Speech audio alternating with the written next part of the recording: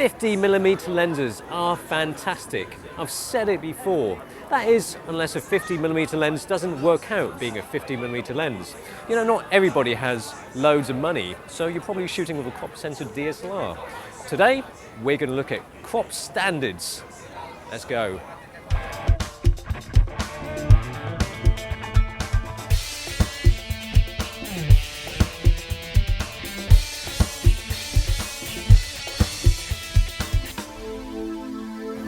Now, people have been complaining that we're always reviewing premium products on this show.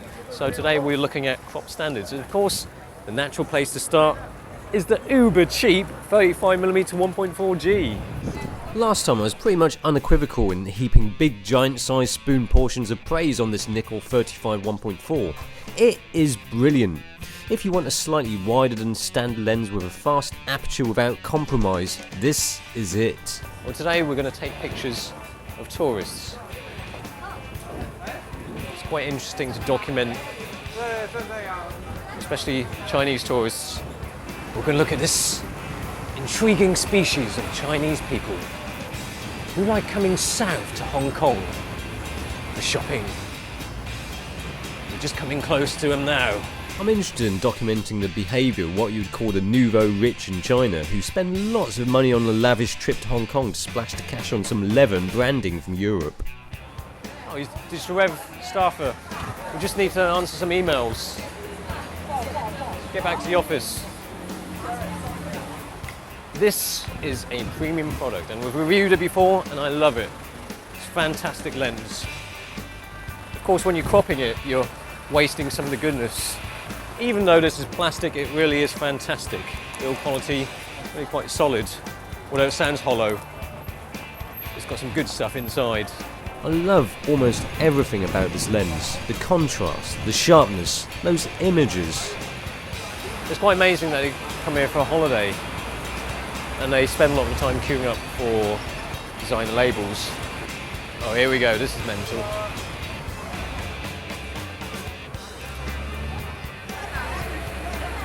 Focus speed is alright on this. It's not blisteringly fast, but pretty good. Silent. It's a G. It's actually starting to hurt my wrist a bit now. You see, with this lens, it's really quite big and quite heavy, and when you compare it to this entry-level DSLR, the D30-100, the balance is really quite off. It's very front-heavy, like Dolly Parton. You know, actually, I'm quite convinced that the 35 1.4G might actually be the best, so why not look at the cheaper ones first?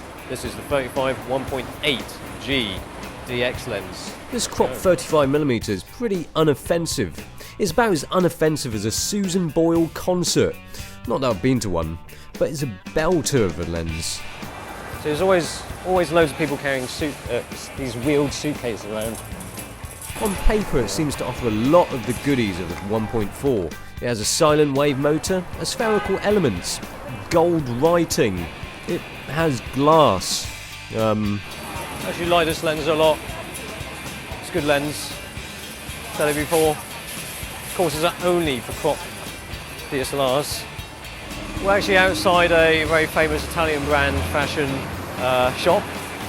They became quite well known in the news recently because they basically stopped the locals from taking pictures, but the Chinese tourists, they could take pictures. But it's died down now, and people can take pictures with kind of flash photography, which they should have no problems with. So it's fine, I think. Using this lens is fun, but there are other lenses in this price range. Now we've got the Sigma 30mm f1.4. And this is a little bit bigger than the 1.8 Nikon. It's actually not bad build quality. Made in Japan too. Smooth barrel though, not too grippy. The Sigma is a little wider than the competition here, making it an equivalent of 45mm focal length. But it offers that big aperture for a smallish price, which seems great, right? Actually, when you press focus, you can feel it a little bit. You can feel the bits moving about. Maybe it doesn't bother you, but it's worth noting. There's not a huge amount of vibration, but you can still feel it. It might not bother you, but it probably will if you try the Nikons and then try this immediately after. You know what, I think I need to blend in a bit more. Take pictures of people, feel what they're feeling, do what they're doing. Wants to really get right in with the tourists to get more shots, blend in and get into the mindset of those shopping happy people. So the team helped me out by sourcing some clothes to make me feel more like them. Unfortunately, they were hardly subtle. Alright, so I've been dressed. Don't you think they've gone a bit over the top with this? They've, costume people. Anyway, never mind. Let's queue up. Now I want to get these photos which are of tourists, by tourists, in a touristy way, so pop-up flash. Oh wow, Louis Vuitton. Wow. That's amazing. Shit me. Okay, change battery. Well, the Sigma works quite nicely, and looking at the spec sheet will make you feel good too, if you get excited by stats. ELD elements, which is just like Nikon's ED elements, a spherical element, hypersonic motor, but don't think that it means that this lens is perfect. Actually, the bokeh is pretty good with the Sigma. No complaints.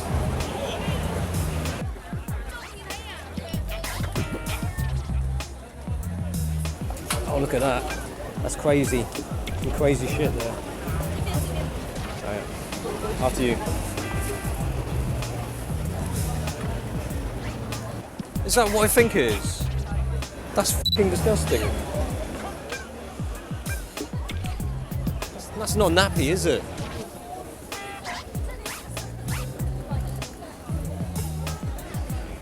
Actually, I'm bored of waiting.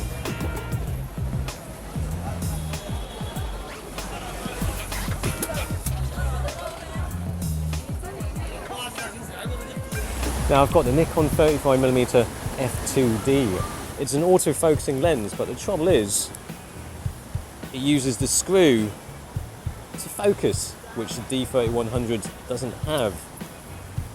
So now it's a manual focus lens on a D3100. But the trouble is, it's quite hard to focus with such a small viewfinder like this. It's hard when your subjects are moving.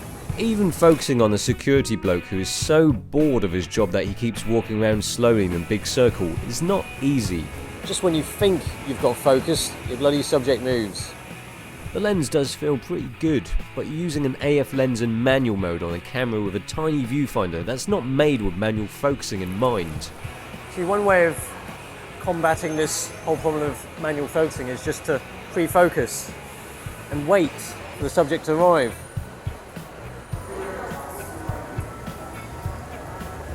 Look, can you stand over there?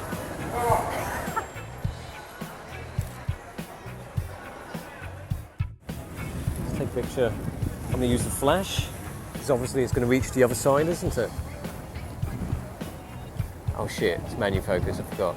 But it's okay, because you just put it to infinity and that's fine, bang, deal done. Looking at the images, they're alright, but in some ways it doesn't match up to its modern contemporaries. Although it handles flare quite well, it's a little soft when shot wide open. Yeah, look at that. Jump in, jump in, jump in. Give you a quid.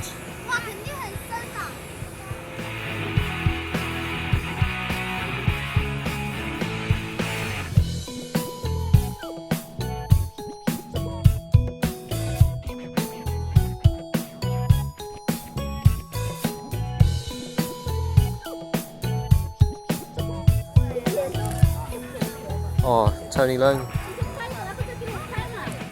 Bit hairy though. So how do these lenses compare in terms of image quality? Okay, the 35mm f2D shot was a little bit out of focus, but I can show you that it has the softest images wide open. The Sigma, which sounds great on paper, puts in an average to mediocre performance. The colour fringing is quite pronounced, and it's not as sharp as the Nikon's. The Nikon 35mm 1.8G is really quite sharp wide open. It gives the 1.4G a run for its money.